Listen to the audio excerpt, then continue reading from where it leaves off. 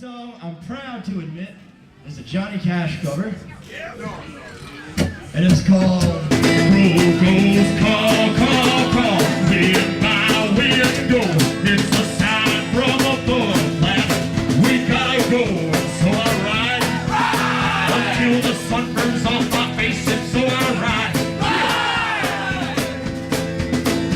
Well, it's 16 tons, and what do you get? And it's 16 slugs through the sheriff's chest. I done wrong, and they wanna see me hanging, so I ride.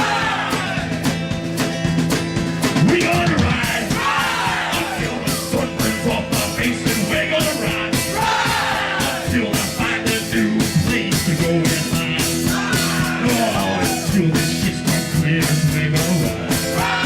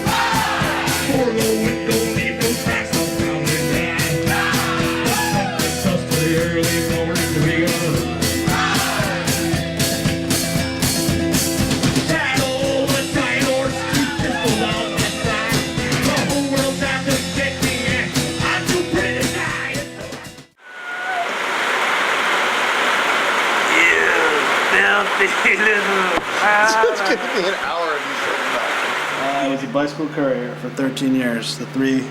And I have a whole spiel. I was the 3 worst winters of recorded history of Boston, and I got frostbite on my toe. But it was a great job for music and art, because I could just say I'm taking the next 3 weeks off to go on tour, and they'd say, okay, just call us when you get back. I wouldn't have to worry about my job. But when you think about the colossal amount of physical energy it takes to ride your bike around all day and then come home and then still make art because you feel the drive, but you just don't have that much energy. So it ended up being sort of a stasis for 13 years where I was doing just enough art to feel good and having shows in bars, but really not taking any risks, which was my big reason to come here to New York, is to prove that I could take a risk. This is cocoa leaves. It's illegal in the United States. It makes you feel good. Great. I can almost believe that. Is that right? What? That you have cocoa leaves in your mouth. I do. You do?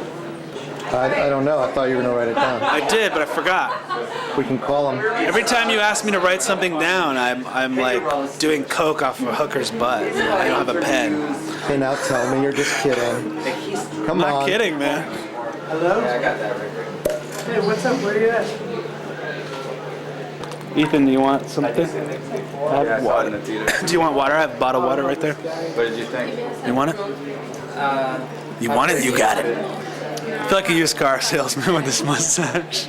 There's so much. You guys are at my open studios, which is like this thing we do when we're in school, and these are my paintings, and they're obviously student work. They're inferior attempts at something, an unattainable greatness. Nah, they're fucking awesome. Just take a look at them. I mean, just look at that one. It's fucking beautiful. No, but I had my final review yesterday. It was very good. This is, I was standing in front of that painting there, and I got a phone call that my friend Carly's brother died in the helicopter in Iraq. And so I vowed to do the most sentimental, gigantic, academic war painting that I could. So this is what I came up with. And it's kind of a big fuck you to all the people that use duct tape and saran wrap in their art. So it's sentimental, which is a bad word. It's figurative realism, which is a double bad word. It's earnest, triple bad word. But there it is. My favorite part is the Chihuahua. That was like a major artistic breakthrough for me. The Chihuahua shitting was huge. I was working in the real world, not making very much money, and making the kind of art you make when you work 40 hours a week, which can be good. But I really wanted to rededicate my life to it and make art 40 hours a week. So that was my main motivation. And a lot of people said, you don't need to go to graduate school, you don't need to go to graduate school. There's plenty of artists that didn't go to graduate school. In fact, it's kind of unpunk to go to graduate school. And I thought it was more punk to like move to a whole nother city and make art 40 hours a week for 2 years, even if it cost me an arm and a leg. And it's turned out to be really cool because of the proximity to the galleries, and just you get to see lots of input. And I think a lot of the people that just graduated are really happy they graduated because you have 2 years of people telling you what you're doing wrong, you know? But it's really forced me to kind of defend in a really good way like why I'm doing what I want to do and come up with arguments and stuff. So it's been really good.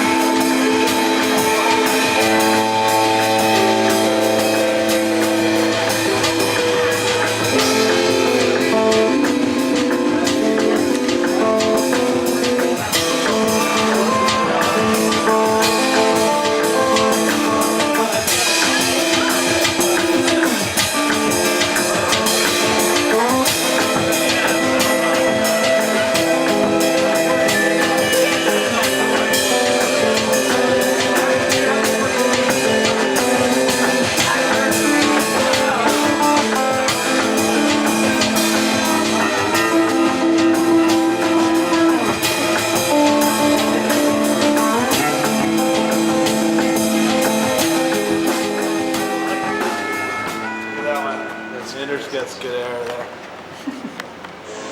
That's it. I might use that because I could do a composition where it kind of goes up and down. Over the, yeah.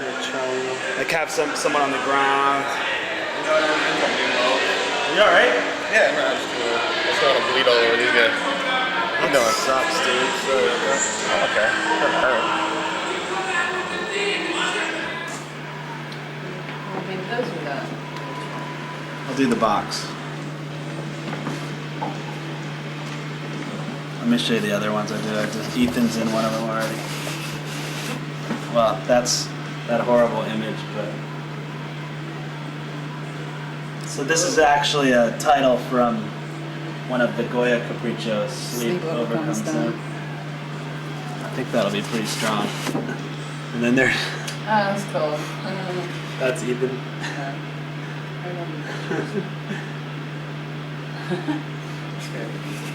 That one's gonna say how they dance on it. Great.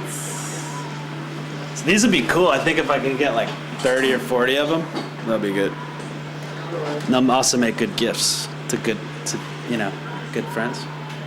Send me a postcard. Yeah, I think I'm gonna do an orange shirt actually. Really? On one of those guys up there too. But the shirts are gonna have, well, this one and and this one, and then mine. That's me over there. Oh yeah.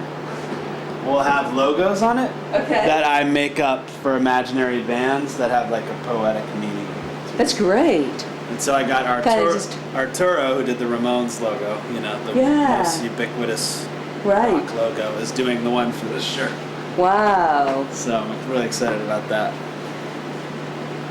Boy, you could put this any place. I mean, you're kind of in terms of maybe a New York bar. Sure, but hopefully a gallery. Yes.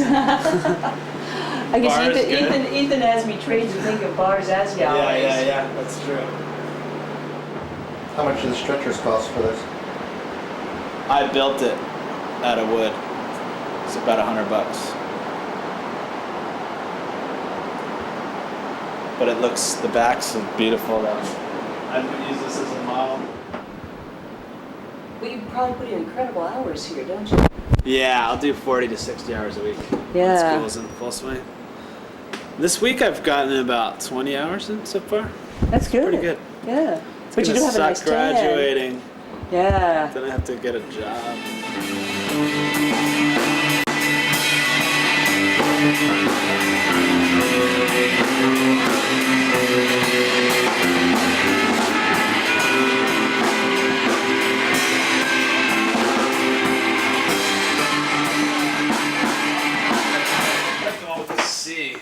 The scope, the sniper one. But you know which the most famous is this one. Yeah. Kalashnikov. Yeah. Can you lift it up a little higher?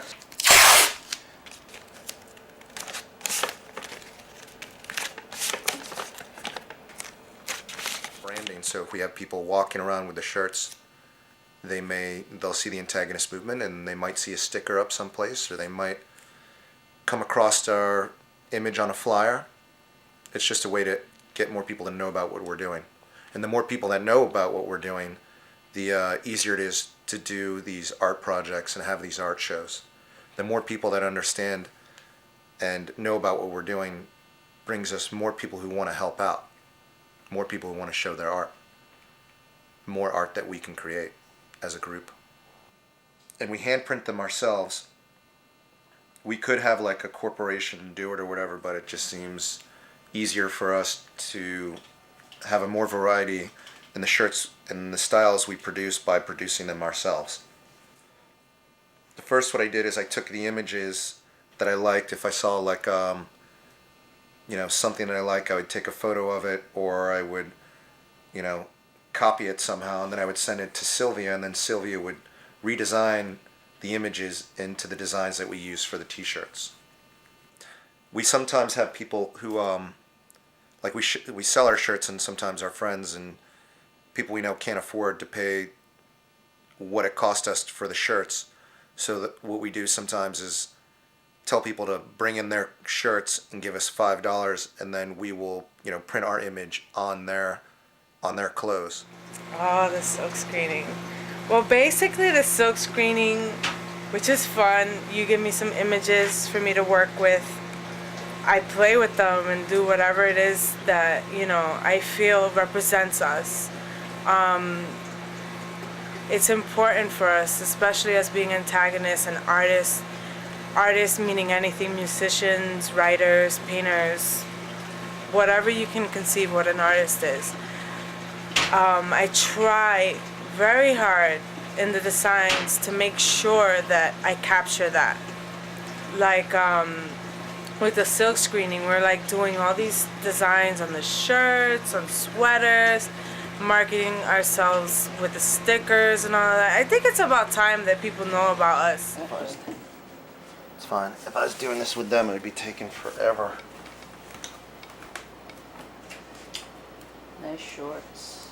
You know what? Don't make fun of my shorts. I was gonna say something myself. It's the only shorts I don't care about.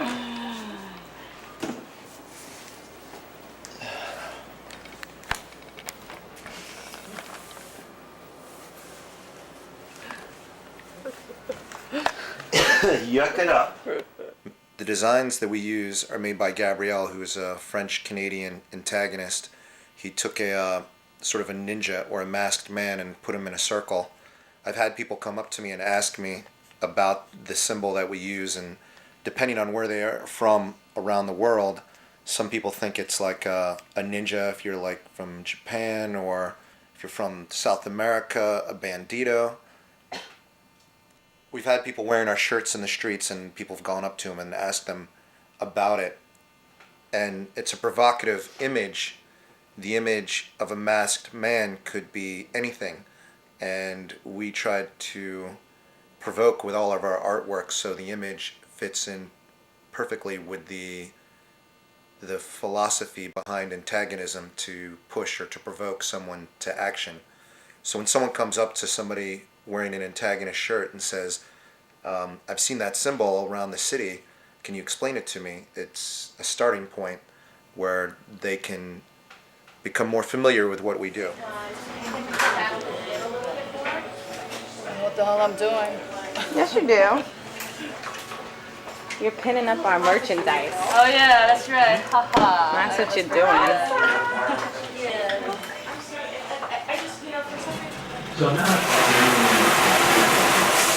There is a commercialist element in the idea of branding. In our culture, pop culture, in American society, people recognize big images and quickly identify with the meaning behind it. So we try to produce an easily identifiable symbol that people will see and then identify with our thinking in the art shows and the art we produce.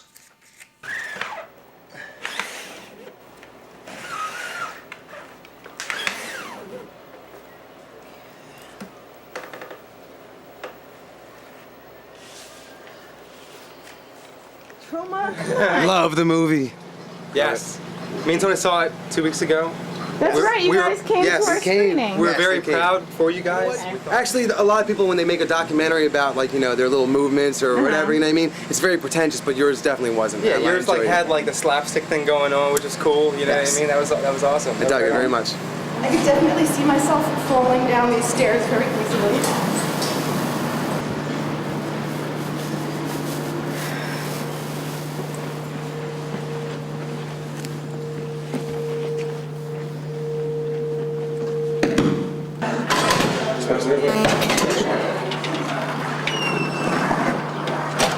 How does it feel to be locked out of your own movie? Typical. Where's that?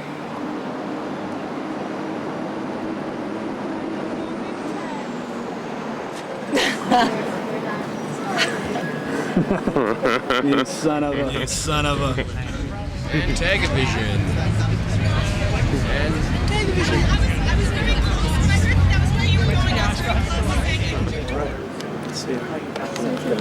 We just went across the street to get a shot of Jägermeister, and it's a good omen for the night because the bartender was like, "Are you guys the Antagonist Movement cats that have the cable access show? Talk about an omen for a good night." Look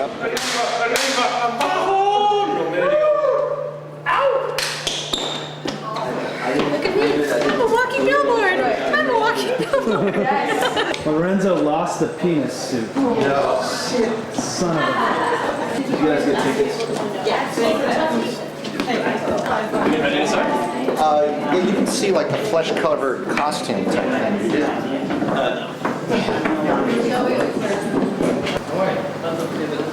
¿Qué pasó con el vestido? ¿Dónde está mi pip?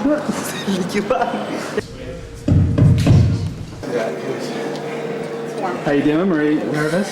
Yes. Your family and friends are now going to find out your secret life. Yeah. Is your mom here? Yeah, my mom's here. Way to tighten his belt so he can dance better. I like the way that he's got. I like the way that he's got balls on his feet. You don't, really? Hi, Richard. Don't. Are you hyperventilating? Maybe. Y cuando termina de... No. Cuando los otros Sí. van a... Ustedes no. I'll tell you. If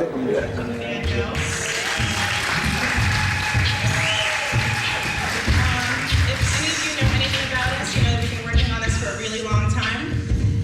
Thank you very much. Turn off your cell phones.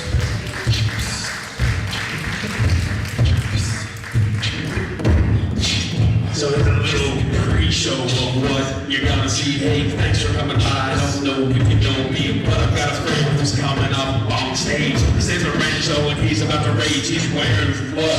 A big costume. Don't try and pretend like you're gonna assume that you know this man, cause he knows that he can be an antagonist. And what, hey, thanks for coming on by. Hey, thank you for on fire. Just waste time trying to be that.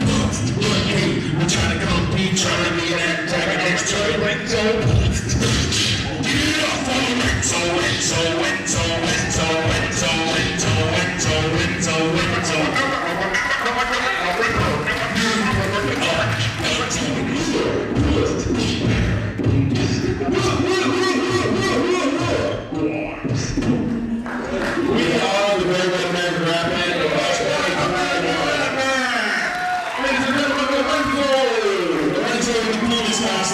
He's got balls for feet and balls in his middle name. Enjoy the show. You can play the film now.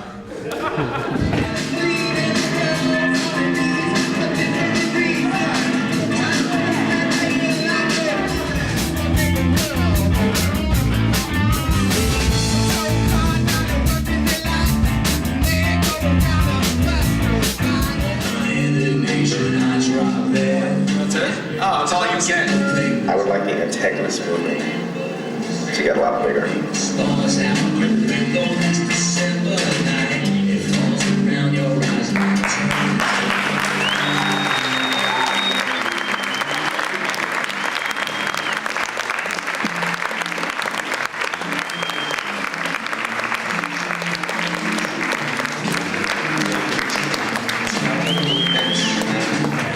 So a round of applause for Ethan Minsker and Riederer.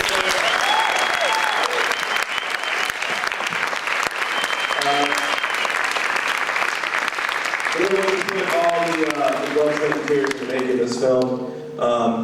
We're just antagonists along for the ride. On to the next thing. That was nerve-wracking. It was good, man. How do you feel? How'd you feel? That was the first time you've seen that thing, right? It's very good. It's fun. It's funny.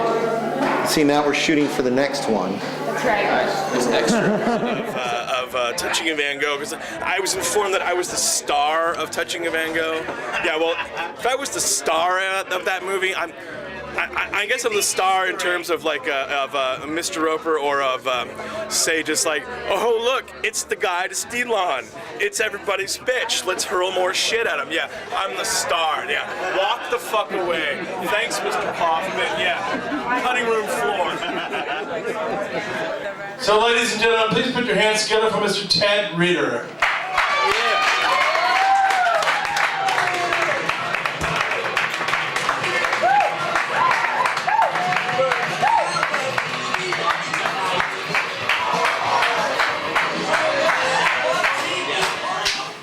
Hi.